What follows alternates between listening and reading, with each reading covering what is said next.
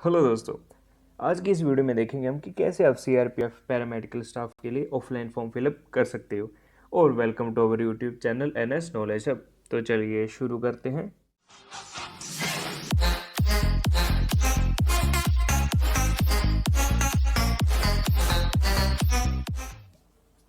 इसकी दोस्तों opening date थी जो वो निकल चुकी है काफ़ी पहले ही 20 की, और लास्ट डेट है 31।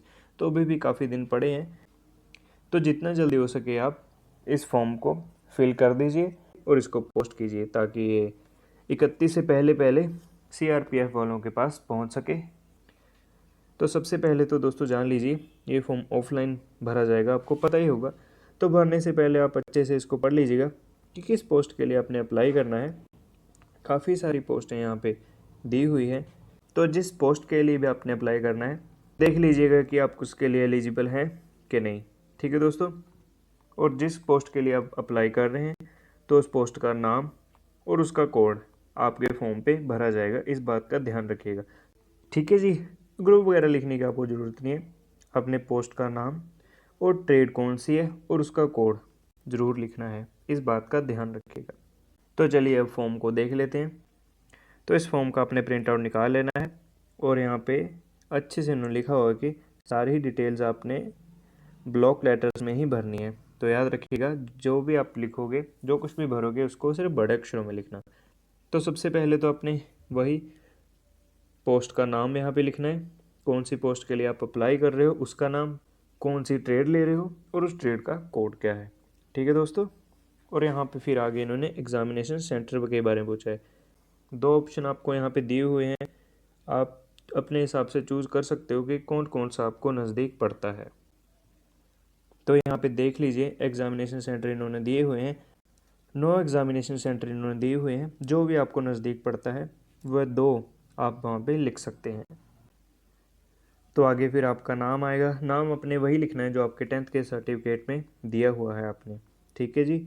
और आपके फादर का नाम भी अपने वही भरना है जो 10th के सर्टिफिकेट में लिखा है, और मदर का नाम भी सेम ही होगा। डेट ऑफ बर्थ भी दोस्तों आपने अपनी ध्यान से भरनी है, जो भी आपका जेंडर है, मेल या फीमेल, वह टिक करके आगे लिख दीजिएगा। आगे अपने अपना मोबाइल नंबर, ईमेल आईडी, और ईमेल आईडी भी ध्यान रखिए कैपिटल में ही भरना, क्योंकि इन्होंने लिखा हुआ है कि जो कुछ भी आप भर रहे हो वह ब्लॉक लेटर्स में ही होना चाहिए। आगे आपकी कैटेगरी पूछी गई है, SC ST OBC जो भी है आप यहाँ पे टिक करके आगे लिख सकते हो। आपका रिलीजन क्या है दोस्तों, हिंदू, सिख, मुस्लिम जो भी हो वह आप यहाँ पे लिख देना। और आगे पूछा इन्होंने कि कहीं पे आप गवर्नमेंट एम्प्लॉय हो, यस और नो, जो कुछ भी होगा दोस्तों वो आप लिख दीजिएगा। और अगर आप यहाँ पर रेस लिखते हो तो आपको उसका नाम लिखना पड़ेगा। मैरिटल स्टेटस आपका क्या है, मैरिड है हो या अनमैरिड, तो वो आप यहाँ पर टिक करके लिख दीजिएगा। ठीक है दोस्तों। नेशनैलिटी क्या आपकी, तो वह तो इंडियन ही है, तो इंडियन लिख दीजिएगा। स्टेट कौन सी है, स्टेट यूटी हो तो यूटी लिख दीजिएगा। और आगे 17वें नंबर पर इन्होंने लिखा है कि name of the particular area और region for claiming standard time. तो यहाँ पर इन्होंने लिखा है कि अगर आप दावा करते हो कि आपके एरिया के लिए इन्होंने कुछ अलग टाइम दिया हुआ है तो वह आप यहाँ पर लिख सकते हो। ठीक है दोस्तों। आगे हाइट्स पूछी है सेंटीमीटर में, तो सेंटीमीटर में आपकी जितनी हाइट बनती है वह आप यहाँ पे लिख दीजिएगा। ठीक है जी। और दोस्तों एक सलाह दूंगा, अगर आपको अपनी हाइट फीट में पता है, सेंटीमीटर में नहीं, तो आप सिंपल गूगल पे जाके लिख सकते हो कि फीट इंटू सेंटीमीटर, तो वहाँ से आपको आसानी से पता लग जाएगा। ठीक है जी। तो यहाँ पे हाइट सेंटीमीटर में लिख देना।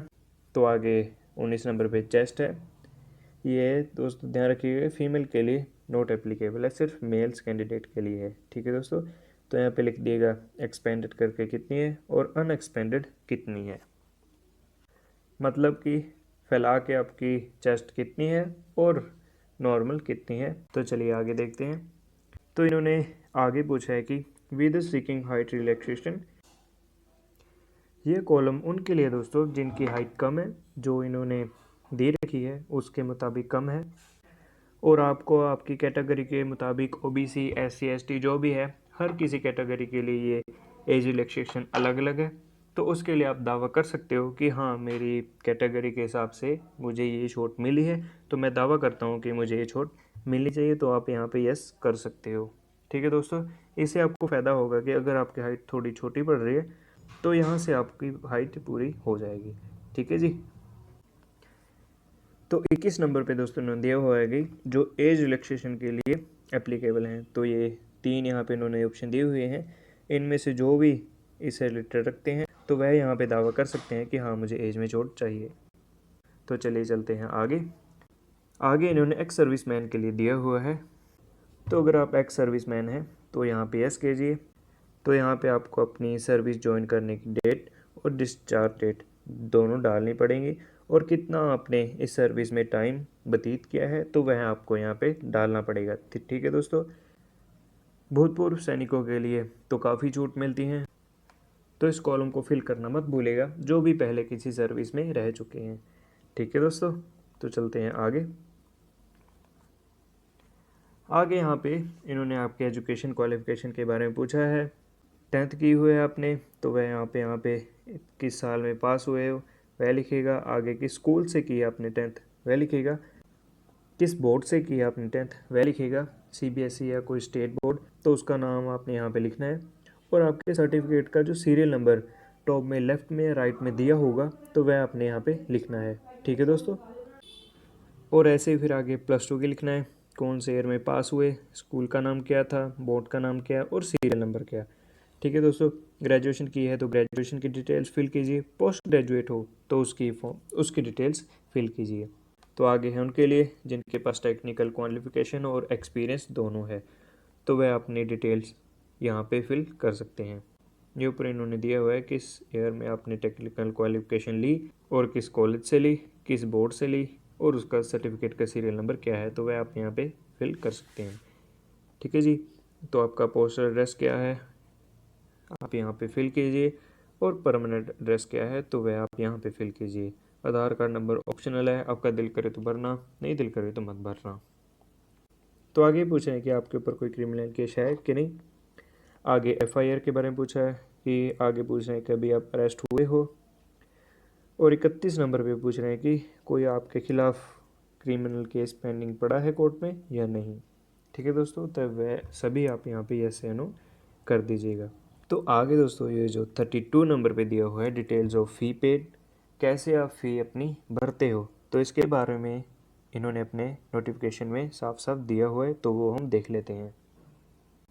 अगर तो दोस्तों आप अनरिजर्व्ड कैटेगरी या EWS या OBC से बिलोंग करते हो तो आपके लिए फ़ी लगेगी, जो कि है ग्रुप B के लिए 200 और C ग्रुप के लिए है 100। ठीक है जी। तो ये आप देख लीजिएगा कि C ग्रुप कौन सा है और B ग्रुप कौन सा है जिसके लिए आप अप्लाई कर रहे हो। ठीक है जी। जो SC ST और फीमेल्स कैंडिडेट हैं उनको एग्जामिनेशन फ़ीस देने की ज़रूरत नहीं है। ठीक है जी। और जिन्होंने एग्जामिनेशन फ़ीस सबमिट करनी है तो उसके लिए उन्होंने 2 तरीके दिए हुए हैं। पहला तो इंडियन पोस्टल ऑर्डर्स, दूसरा आप बैंक ड्राफ्ट से भी अपनी एग्जामिनेशन फ़ी भर सकते हो। ठीक है जी। तो चलिए अब चलते हैं अपने एप्लीकेशन फॉर्म पे। तो जिस भी तरीके से आप अपनी एग्ज़ामिनेशन फ़ी पे करते हो, पोस्टल ऑर्डर या बैंक ड्राफ्ट से करते हो, तो आपको एक स्लिप मिलेगी। उस स्लिप का नंबर आपने यहाँ पे भरना है और उसकी डेट और कितने अमाउंट भरी है 100 या 200 वह आपने यहाँ पे भरनी है। ठीक है जी।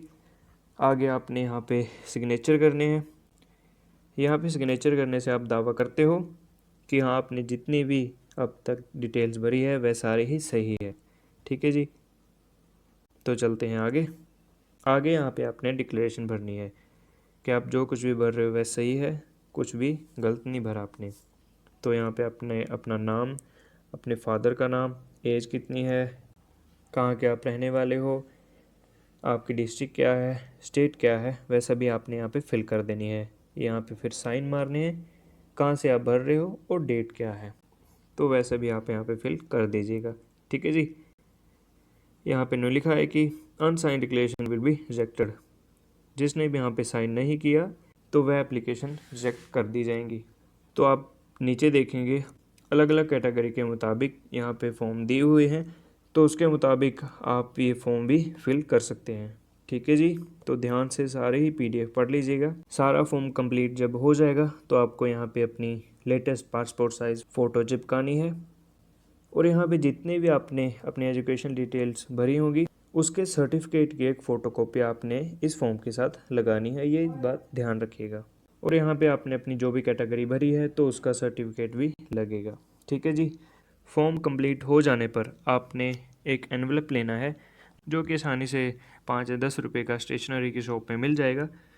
तो उसमें आपने अपना फॉर्म डाल देना है, और जैसे भी आपने अपनी एग्जामिनेशन फ़ी पे की होगी बैंक ड्राफ्ट से या पोस्टल ऑर्डर से, तो उसको आपने इस एनवलप में डालना है। ठीक है जी।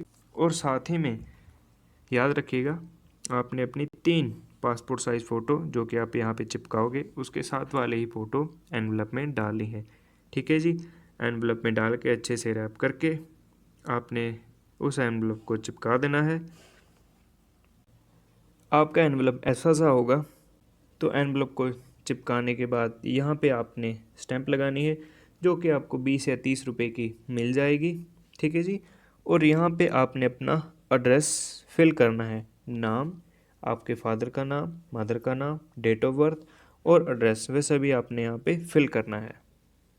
और फिर ऐसा से एक बड़े वाला एनवलप लेना है जिसमें कि ये सारे का सारा फिट हो जाए, उतना बड़ा आपने लेना है। ठीक है जी। और ध्यान रखिएगा, आपने यहाँ पे ऊपर में एक लाइन लिखनी है, तो देख लेते हैं कौन सी लाइन लिखनी है। तो यहाँ पे आप पढ़ लीजिएगा, इन्होंने लिखा हुआ है कि 2 लेटेस्ट पासपोर्ट साइज़ फ़ोटो, आप 3 भी डाल सकते हैं। और आगे इन्होंने लिखा है कि उस एनवलप में आपने अपना एड्रेस डालना है और स्टैंप लगानी है, जो कि आपको मैंने बता ही दिया है। और आगे दोस्तों जो मैं बता रहा था, टॉप पे आपने ये वाली लाइन लिखनी है, central reserve police force paramedical staff examination 2020। ये लाइन दोस्तों आपने टॉप पे लिखनी है। और फिर उस बड़े वाले एनवेलप पे, ये तो छोटे वाला है, यहाँ पे फ्रॉम लिख के आपने जो अपनी सारी डिटेल भर दीजिएगा। ठीक है जी। नाम, father name, mother name, date of birth और एड्रेस अच्छे से लिखना है, और साथ में पिन कोड जरूर लिखिएगा दोस्तों। और यहाँ पे वो फिल कीजिएगा आप किसको भेज रहे हैं, तो वह भी मैं आपको बता देता हूँ क्या लिखना है। तो वहाँ पे आपने ये वाली लाइन लिखनी है। ठीक है दोस्तों। DIGP group centre CRPF Bhopal village Bangrasia तुलुक हुजूर डिस्ट्रिक्ट भोपाल MP 462045। ठीक है दोस्तों। ये एड्रेस आपने यहाँ पे लिखना है, टू लिख कर कि आप किसको भेज रहे हो। ठीक है जी। यहाँ पे अपने लाइन लिखनी है, CRPF पैरामेडिकल स्टाफ एग्ज़ाम 2020। यहाँ पे अपना एड्रेस, फ्रॉम, यहाँ पे टू के किसको भेज रहे हो, DIGP ग्रुप सेंटर, जो भी आगे दिया हुआ है वह आपने यहाँ पे अच्छे से भर देना है। ठीक है दोस्तों। तो ऐसे भर के आप इसको पोस्ट कर दीजिएगा। याद रखिएगा कि 30 लास्ट डेट है, तो 25 से पहले पहले आप इसको पोस्ट कर दीजिएगा। अगर आप उसके बाद करते हो तो 3 या 4 दिन तो लगते ही हैं। अगर 30 के बाद आपका फॉर्म उनके पास पहुंचता है तो आपका फॉर्म रिजेक्ट हो जाएगा। ठीक है दोस्तों। तो याद रखिएगा कि लास्ट डेट से पहले ही 25 से पहले पहले आप अपना फॉर्म अच्छे से फिल करके पोस्ट कर दीजिए। ठीक है दोस्तों। मैं आशा करता हूँ कि जिस भी पोस्ट के लिए आप अप्लाई कर रहे हो वह आपको ज़रूर मिलेगी। और आगे भी ऐसे इंटरेस्टिंग वीडियोस देखने के लिए चैनल को सब्सक्राइब करें, और वीडियो अच्छी लगती है तो लाइक ज़रूर कीजिएगा। थैंक यू दोस्तों, मिलते हैं नेक्स्ट वीडियो में।